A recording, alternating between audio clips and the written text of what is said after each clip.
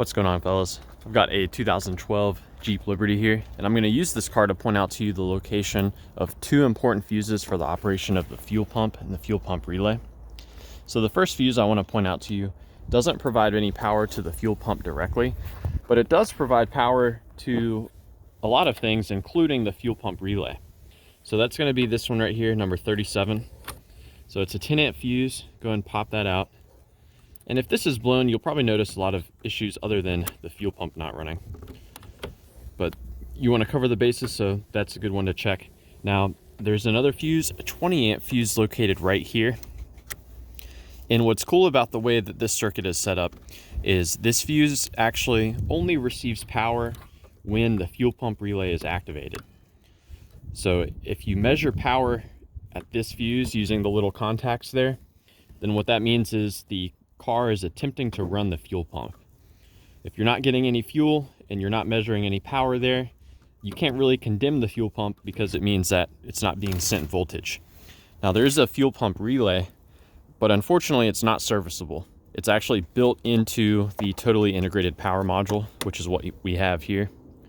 What I would suggest, if you're not seeing any power there, you're going to want to get a scan tool to interface and see if there's any reason why the fuel pump's not getting powered. There might be some trouble codes, maybe some issue with the computer or a module. But as it stands, you can check for power at this fuse. You can actually apply power to this fuse and see if you get the fuel pump running at that point. Now, as far as checking to see if the fuel pump itself is working, if we know it's getting power, we want to see if it's got pressure here. There's no Schrader valve on the fuel rail for you to actually tap in and see if you're getting fuel, but you can disconnect this line and see if pressurized fuel comes out of it. You'll need a special line disconnect tool, but it's basically a collar that slides onto the metal part of the rail and then slides upward into the bell housing part of this line. And when you get that line off, you can put it into like a water bottle or something to capture the fuel as it comes out.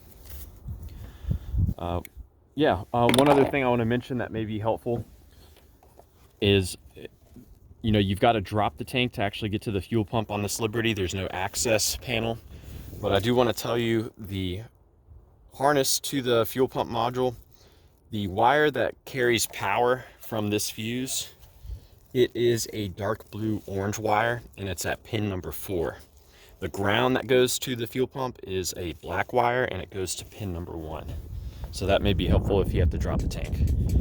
So yeah, thanks for watching. Let me know if you have any questions, or more importantly, if you've got any advice about how to troubleshoot the fuel pump on your Jeep Liberty.